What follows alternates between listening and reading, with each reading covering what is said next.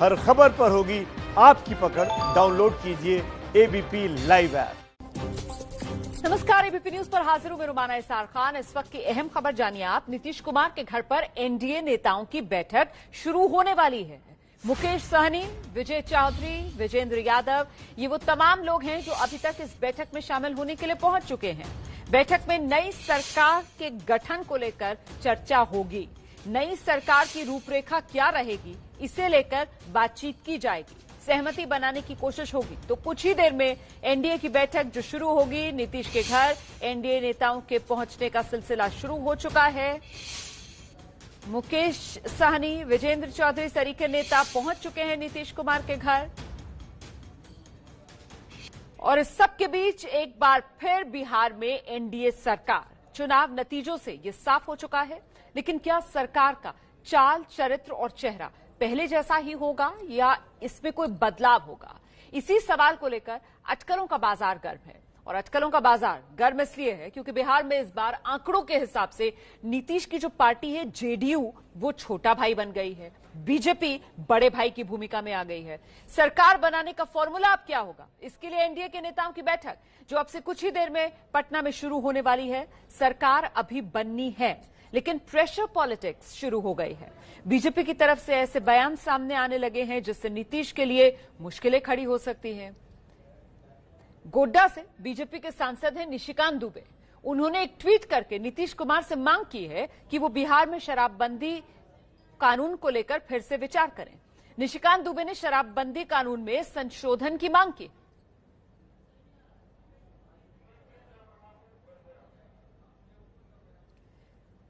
तो कुल मिलाकर अब सबसे बड़ा सवाल यही कि जिस तरीके के बयान बीजेपी के बड़े नेताओं के आ रहे हैं, इसके क्या मायने निकाले जाएं? क्या ये प्रेशर पॉलिटिक्स है? ऐसे में अब की बार जो एनडीए सरकार बनने जा रही है बिहार में, उसमें किसकी क्या भूमिका होगी? इस सवाल के साथ आपको सीधे लेकर चलते हैं। मेरे साथ मेरे सहयोगी पंकज झा इस वक्त मौजूद हैं। पंकज, ये बताइए, ये निशिकांत दुबे का शराबबंदी कानून में संशोधन को लेकर एक जो बात रखी गई है, इसे किस तरीके से देखा जाए? जमीन का बड़ा महत्व होता है। अब से कुछ देर में या फिर यूं कह लें कि नीतीश कुमार के घर पर एनडीए बैठक शुरू है।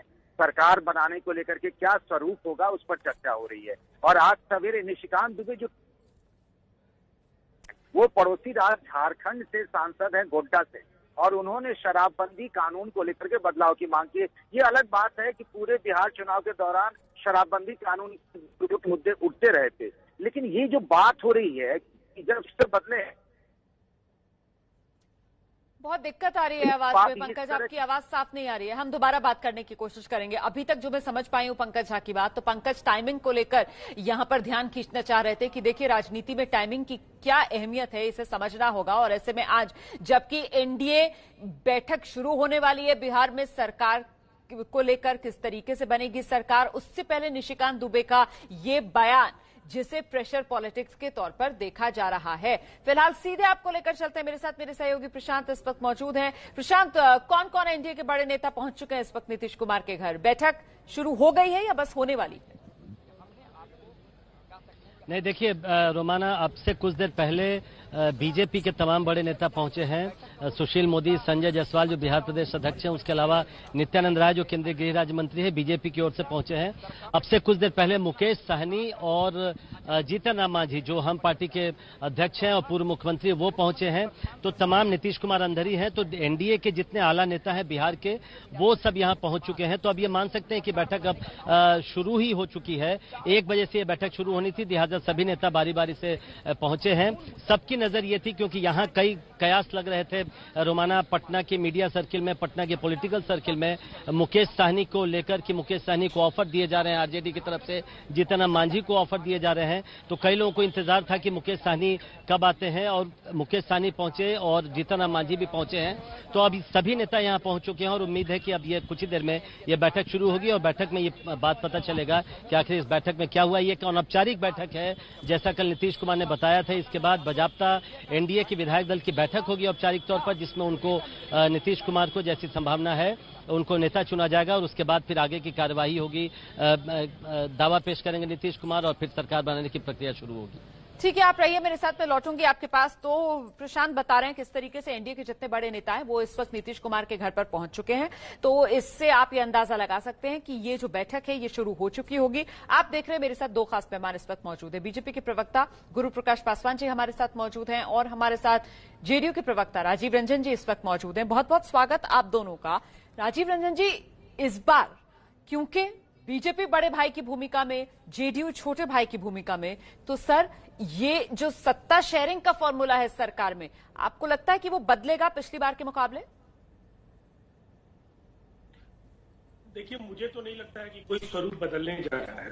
नीतीश कुमार जी जब पहली बार एनडीए के नेता हुए थे उस समय भी हमारे विधायकों की संख्या कम, और ये चुनाव के पहले लिया गया सर्वसम्मत निर्णय है, सीटें कम हो या ज्यादा हो, नीतीश कुमार जी के नेतृत्व में सरकार बनेगी। और नीतिगत जो मसले हैं उन मसलों में नीतीश कुमार जी की जो प्रतिबद्धता है जी वो जगजाहिर है, और उसमें किसी समझौते या शिथिलता की कोई नहीं। दरअसल सीएम कौन, इसे लेकर मैं सवाल नहीं पूछ रही हूँ। उसे लेकर मेरे ख्याल से इतनी चर्चा हो चुकी है और हर तरफ से साफ कर दिया गया है कि सीएम तो नीतीश कुमार ही बनने जा रहे हैं। ये अलग बात है कि कुछ अचानक से हो जाए, किसी की अंतरात्मा जाग जाए, कोई खुद कोई नैतिकता के आधार पर फैसला ले ले। मैं दरअसल ये जानना चाह रही थी, गुरु प्रकाश पासवान जी को आना चाहिए यहाँ पर, कि अगर 2015 की बात की जाए तो भाई 71 सीटें थी जेडीयू के पास, करीब 60% मंत्रालय जेडीयू के पास थे, 53 सीटें थी बीजेपी की, है ना, और करीब 40% के आसपास जो मंत्रालय थे वो बीजेपी के हिस्से में आ रहे थे। तो इस बार सत्ता शेयरिंग का ये फॉर्मूला बदलेगा क्योंकि सीटें बदल गई है ना, बीजेपी के पास ज्यादा विधायक चुनकर आए हैं, जेडीयू के कम विधायक चुनकर आए हैं। पासवान जी, नहीं देखिए रोमाना जी, हमें यह समझना चाहिए कि भारतीय राजनीति में, भारत की राजनीति में जो ये शब्द है महागठबंधन या फिर गठबंधन धर्म, माफ कीजिएगा महागठबंधन बोल दिया मैंने, गठबंधन धर्म जो शब्द है, ये कॉन्सेप्ट भारतीय जनता पार्टी के लोग लेकर के आए थे। और जैसा कि हमारे सहयोगी जनता दल यूनाइटेड से राजीव रंजन जी कह रहे थे कि 2005 में भी ऐसी ही स्थिति थी जब हमारे विधायकों की संख्या अधिक थी, तब भी हम लोगों ने घोषणा किया था, हमारा कमिटमेंट था कि नीतीश जी के रूप में हम लोग मुख्यमंत्री के रूप में उनको देखेंगे। जहां तक मंत्रिमंडल का सवाल है, बंटवारे का सवाल है, इन सब विषयों पर अभी क्यास लगाना अनावश्यक है, अभी ये उचित नहीं है। क्या प्रतिशत होगा, कितने लोग होंगे, हम लोगों का जो इंटरेस्ट है वो बिहार के लोगों की सेवा करने में है। इन चुनावों में हम लोगों का नारा था जन जन की पुकार, आत्मनिर्भर बिहार, बिहार को आत्मनिर्भर कैसे बनाएं, हम उसमें काम करना सेवा तो तभी करेंगे ना सर जब सरकार बनाएंगे, है ना। और आप जो कह रहे हैं कि मंत्रिमंडल में अभी किसी को दिलचस्पी नहीं है, दरअसल सर वो जो एनडीए की बैठक चल रही है ना, पूरी दिलचस्पी तो इसी में है। आप जानते हैं ना, चाहे साहनी जी हो, चाहे जीतन राम मांझी जी हो, सबकी तरफ से कहा जा रहा है कि साहब हमें तो दूसरी तरफ से बहुत दबाव है कि साहब हमारी तरफ आ जाओ। तो ये सब कहा क्यों जाता है, किस मकसद से कहा जाता है? अब जनता सर इतनी भोली नहीं है, सब समझती है। ऐसे में मृत्युंजय जी, अगर यहां पर बैठकर गुरु प्रकाश जी और राजीव रंजन जी ये कहें कि नहीं नहीं ये कोई बड़ी बात नहीं है, मंत्रिमंडल कैसा होगा, सत्ता की शेयरिंग कैसे होगी, इसमें कोई पेच नहीं है, गठबंधन धर्म निभाने में तो हम माहिर हैं, तो फिर आरजेडी क्या जवाब देगी सर?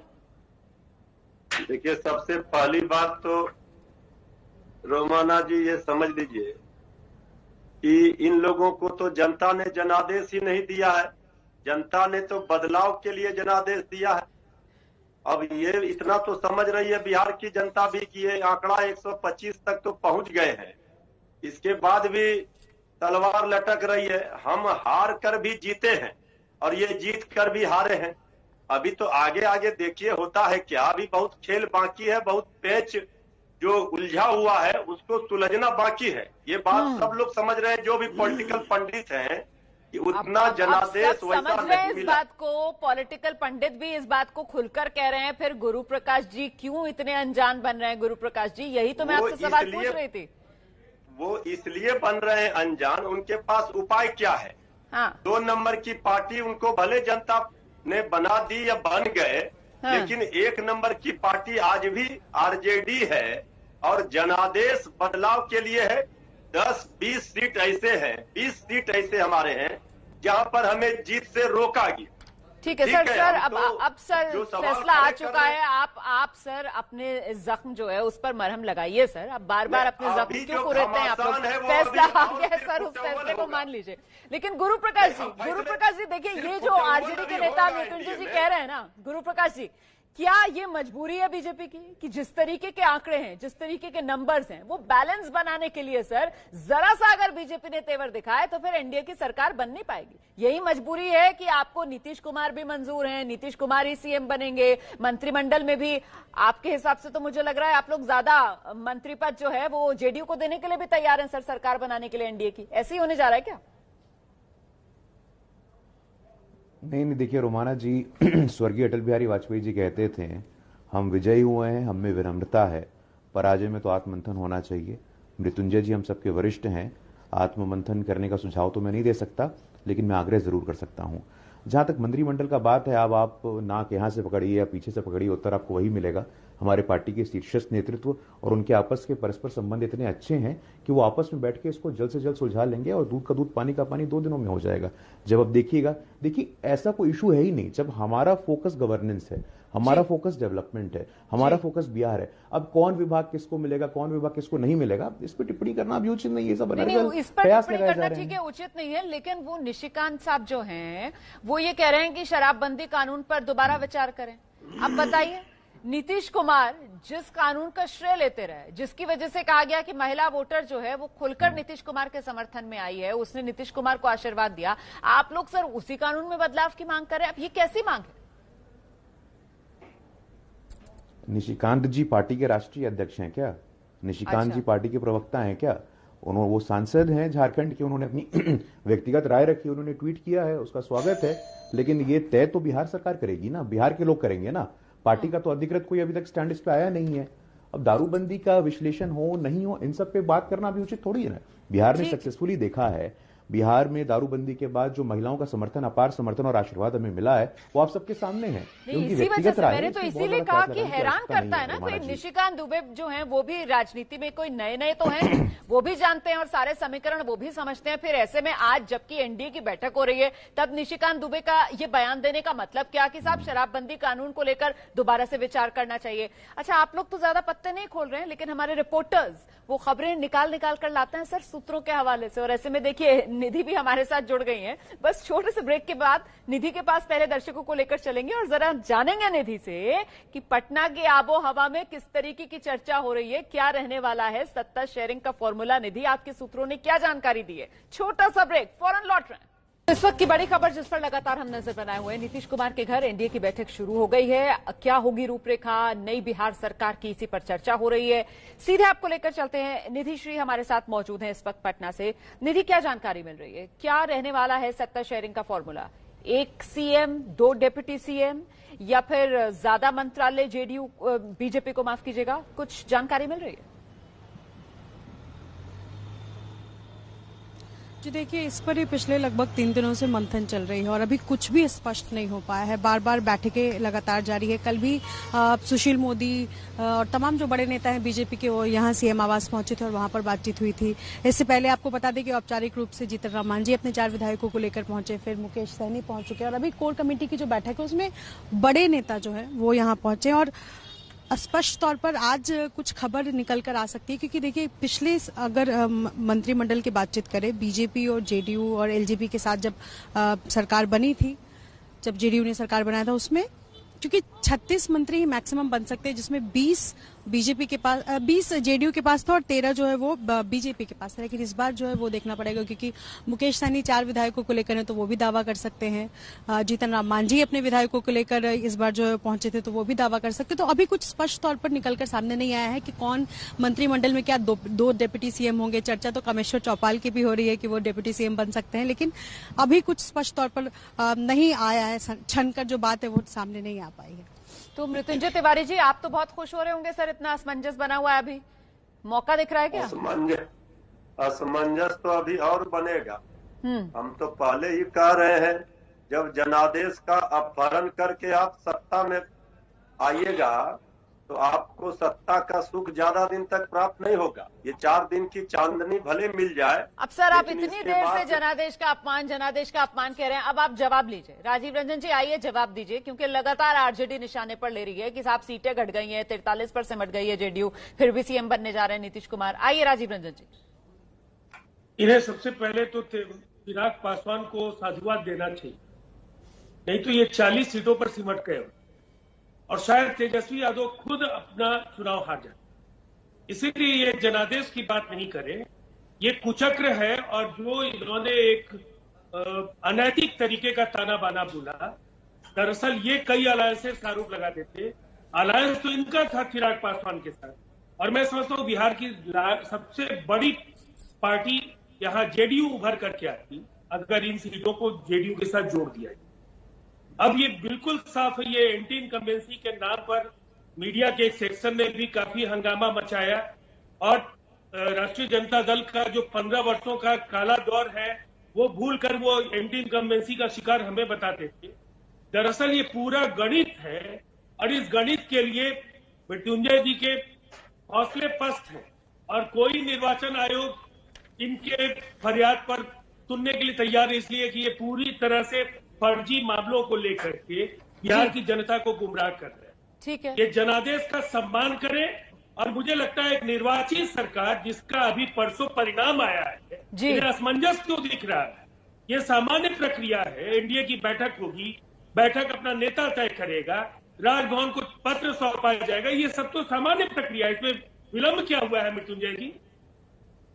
जवाब देंगे मृत्युंजय जी? मुस्कुरा रहे हैं आपके सारे सवाल सुनकर। मृत्युंजय जी जवाब दीजिएगा सर आप। मैं छोटे से ब्रेक के लिए यहाँ पर रुक रही हूँ, बस छोटे से ब्रेक के लिए रुक रही हूँ सर, उसके बाद लौटूंगी। और साथ ही जवाब गुरु प्रकाश जी को भी देना चाहिए कि अभी इतने बड़े आरोप चिराग पासवान पर लगा दिए यहाँ पर आपके साथी राजीव रंजन ने कि वो तो खेले महागठबंधन के हाथों में, उनके हाथ की कठपुतली बन गए, तो फिर एनडीए का हिस्सा केंद्र में क्यों है एलजेपी? इसका जवाब दीजिएगा गुरु प्रकाश जी। तो देखिए, बिहार में नई सरकार के गठन की कवायद तेज हो गई है। इस वक्त मुख्यमंत्री नीतीश कुमार के घर पर एनडीए के नेताओं की बैठक शुरू हो चुकी है। एनडीए से जुड़े अलग अलग दलों के नेता बैठक में शामिल होने के लिए नीतीश कुमार के घर पहुंच चुके हैं, जिसमें वीआईपी के नेता मुकेश सहनी, हम पार्टी के नेता जीतन राम मांझी, इसके अलावा बीजेपी की तरफ से सुशील मोदी भी हैं, नित्यानंद राय भी हैं, संजय जायसवाल भी हैं। तो ये तमाम लोग इस समय नीतीश कुमार के घर पर मौजूद हैं। हम सीधे आपको लेकर चलते हैं जरा प्रशांत के पास और जानते हैं प्रशांत से क्या खबरें मिल रही हैं। छनकर प्रशांत। जी देखिए रोमाना, ये बैठक अभी चल रही है और आप अभी कुछ देर पहले जो निधि से पूछ रही थी सवाल कि क्या फॉर्मूला हो सकता है, उसी पर संभवतः चर्चा अभी शुरू हुई है। कल नीतीश कुमार ने कहा था कि ये एक अनौपचारिक बैठक है और इसके बाद फिर एनडीए की एक औपचारिक बैठक होगी, विधायक दल की बैठक होगी और उसमें उनको चुना जाएगा। लेकिन दिलचस्पी इस बात को देखने में है, आप जब पूछ रही थी कि कितने मंत्री किस पार्टी के होंगे, मंत्री तो जितने भी जिस पार्टी के हो रोमाना, एक सवाल जो यहाँ पर सब लोग पूछ रहे हैं कि विधानसभा अध्यक्ष कौन होगा। लगातार पिछले जब से बीजेपी जेडीयू की सरकार बनी है, विधानसभा का जो पद, अध्यक्ष का जो पद है वो जेडीयू के खाते में जाता रहा है। इस बार चूंकि बीजेपी की ज्यादा संख्या रही है और विधानसभा अध्यक्ष का पद लोग ये मानकर चल रहे हैं कि आगे आने वाले दिनों में उसका महत्व काफी बढ़ने वाला है, क्योंकि आप जानती हैं बिहार में किस तरह की राजनीति है, थिन मेजॉरिटी है एनडीए के पास। तो कुछ ऐसे में अगर कुछ इधर उधर होता है तो उसमें विधानसभा अध्यक्ष का पद काफी महत्व का हो जाता है। तो विधानसभा अध्यक्ष का पद आखिर किसके पास जाएगा, ये दिलचस्पी सबकी है देखने में, और इस पर भी काफी गहन चर्चा होने वाली है, ये आप तय मानिए रोमाना। तो पासवान जी, बीजेपी चाहेगी कि कम से कम ज्यादा सीटें आने के बाद भी गठबंधन धर्म के हिसाब से अगर सीएम नीतीश कुमार को बना रहे हैं तो विधानसभा अध्यक्ष का पद जो है वो बीजेपी को मिले, ये चाहेगी क्या बीजेपी? इस पे टिप्पणी करना अभी उचित नहीं है। जो भी है दूध का दूध पानी का पानी 2 से 3 दिन में हम सबके सामने हो जाएगा। अभी एडवांस में इसमें कुछ अनर्गल बोलना उचित नहीं है। इतना बच कर जो आप प्रतिक्रिया दे रहे हैं पासवान जी, मैं उसकी वजह नहीं समझ पा रही हूँ। काहे का डर? अभी भी जो मृत्युंजय तिवारी कह रहे थे कि देखिए अभी तो बहुत खेल बाकी है, वही कहीं खेल ना हो जाए, उसी का डर है क्या जो इतना संभल कर प्रतिक्रिया दे रहे हैं? आपकी पार्टी के बड़े नेता है निशिकांत दुबे, वो कहते हैं कि शराबबंदी कानून में संशोधन हो, तो आप पलट कर कहते हैं निशिकांत दुबे हैं कौन? पार्टी के अध्यक्ष हैं क्या वो? प्रवक्ता हैं क्या वो? मतलब इस तरीके की बातें जो आप कर रहे हैं, इसके पीछे की वजह क्या है सर? नहीं, देखिए तिवारी जी की बातों को सुन रहा था, उन्होंने कहा था कि सत्ता का सुख हम लोगों का समाप्त हो जाएगा। सत्ता हमारे लिए सुख का माध्यम नहीं है तिवारी जी। प्रधानमंत्री जी ने अभी अपने रिसेंट भाषण में कहा था, सेवा उसी को मिलेगा जिसमें समर्पण का भाव होगा, त्याग का भाव होगा, सादगी का भाव होगा। तो सत्ता हमारे लिए सेवा का माध्यम है, सुख का माध्यम नहीं है। पहले मैं आपके माध्यम से स्पष्ट करना चाहता हूं। एक्चुअली गुरु प्रकाश जी, ये समर्पण महाराष्ट्र में दिखाया नहीं ना बीजेपी ने। अपने इतने पुराने साथी शिवसेना से हाथ धोने पड़े। अब बिहार में इतना समर्पण जब बीजेपी दिखा रही है सर, तो मन में सवाल आता है। अब ना आप विधानसभा अध्यक्ष को लेकर पत्ते खोल रहे हैं, ना आप दो डिप्टी सीएम की बात को लेकर पत्ते खोल रहे हैं, ना आप मंत्रिमंडल में कम से कम बड़े भाई की भूमिका में आएंगे, इस पर पत्ते खोल रहे हैं। आप यहाँ बात करते हैं सेवा की, समर्पण की, तो सर महाराष्ट्र में ही दिखा देते थोड़ा सेवा समर्पण, एक और सरकार बन जाती है आपकी। रोमाना जी, जब हम लोग कहते हैं we are a party with a difference, हमारे पार्टी में आंतरिक लोकतंत्र है, हमारे पार्टी में अनुशासन है, तो मैं तो एक कार्यकर्ता हूं, मेरा काम है प्रवक्ता के रूप में आप लोगों से बातचीत करना। ये तो शीर्ष नेतृत्व का विषय है ना, और शीर्ष नेतृत्व तो आपस में बैठा है, जैसे हम लोग बातचीत कर रहे हैं, उनकी बैठक चल रही है, वो लोग बैठक से निकल के सब चीजें स्पष्ट कर देंगे, दूध का दूध पानी का पानी। चलिए, मैं आपकी दिक्कत समझ रही हूँ, अब मैं और ज्यादा आपको परेशान नहीं करूंगी पासवान जी, ठीक है। मृत्युंजय जी, इतना मत मुस्कुराइए आप, वो बंधे हुए अपनी पार्टी लाइन से। आप बताइए मुझे, आप किस खेल की उम्मीद कर रहे हैं? नहीं, देखिए हमारे छोटे भाई हैं, वो हम समझ रहे हैं, उनकी मजबूरी लाचारी क्या है हम समझ रहे हैं। यहाँ तो अभी बहुत लाचारी नहीं अनुशासन है, लाचारी नहीं अनुशासन है चाचा। मृत्युंजय जी, आप वरिष्ठ है, लाचारी क्यों कह रहे हैं? ये तो अनुशासन है। ये चाचा इतने क्यों आप लोग बिहार की राजनीति में बना लेते हैं भैया? ये बताइए ना, नीतीश कुमार को सब चाचा बनाए जा रहे थे। सही में चाचा है हमारे रोमाना जी। मृत्युंजय जी सही में पूछिए आप उनसे, वो हमारे पिताजी के बहुत अच्छे मित्र हैं। नहीं, हम ये बात इसलिए कह रहे हैं रोमाना जी कि जिस तरह का जनादेश है, आपने ठीक ही कहा, और कुछ दिक्कत आ रही है मृत्युंजय जी के आउटपुट में, दिक्कत आ रही है, बार बार वो कट रहा है। मुझे लगता है अब राजीव रंजन जी को आना चाहिए। राजीव जी आइए। सर बताइए, कम से कम इतना ज्यादा सीटें लाकर भी बड़ा दल बीजेपी दिखा रही है सर, जेडीयू कम सीटों के बाद क्या कुछ देगी बीजेपी को? आप ही कुछ बताइए। देखिए, अभी गुरु प्रकाश जी ने काफी विनम्रता के साथ कई बातें की। अभी जब बैठकों का दौर शुरू है, सही, और उसमें सहमति जब तक नहीं बन जाए, तो सच्चाई ये है कि हम लोगों को भी आपके पास बताने के लिए अभी कुछ भी नहीं। जो स्वरूप उभर करके आएगा उसकी जानकारी अब हम साझा करें। लेकिन एक बात बिल्कुल साफ है, ये पहली बार ऐसा नहीं है कि कम सीटों के बाद भी हमारे नेता नीतीश कुमार जी को मुख्यमंत्री पद पर आसीन होने का अवसर मिले। ये पहले भी हुआ है, और नीतीश कुमार जी का चेहरा विश्वसनीय है, उनके नेतृत्व में जनता की आस्था है, और एनडीए को जनता ने वोट किया है ये जानते हुए कि एनडीए के नेता नीतीश कुमार जी। तो इसमें कहीं कोई संशय की स्थिति नहीं है। इतनी बात तय है कि आरजेडी के नेताओं को खुशफहमी में रहने की व्यवस्था है, और मुझे ऐसा लगता है कि अच्छा अभिनय कर रहा है। दरअसल अंदर से बहुत ही घायल है, आहत है, और बिल्कुल टूट चुके हैं। क्यों घायल हो गए? इतने ख्याली पुलाव इन्होंने बनाए थे, और मुझे लगता है कि सर ख्याली पुलाव से ज्यादा तो उन्होंने गाने बनाए थे। सर ख्याली पुलाव से ज्यादा उन्होंने गाने बनाए थे और गाने सुनाए भी थे। और मृत्युंजय जी, अब आपको गाना सुनाना पड़ेगा सर, नहीं तो सब कहेंगे कि देखिए हार गए तो अब गा नहीं रहे। अब आपको अपना सुरीला अंदाज दिखाना पड़ेगा। वैसे भी आज छोटी दिवाली का मौका है सर, कुछ तैयार आपने किया होगा अभी भी जवाब देने के लिए इन लोगों को। दिवाली एनडीए वालों को मुबारक, राजीव रंजन जी को, गुरु प्रकाश जी को दिवाली मुबारक, लेकिन होली हम मनाएंगे, ये इनको बता देते हैं। ये तो बड़ा आप खतरे की घंटी बजाकर जा रहे हैं सर। मतलब क्या खेल करने की तैयारी में, और आगाह भी कर रहे हैं पहले से। हम तो शुभकामना दे रहे हैं दिवाली की, लेकिन इतना बोल दे रहे हैं कि होली हमारी मनेगी महागठबंधन की।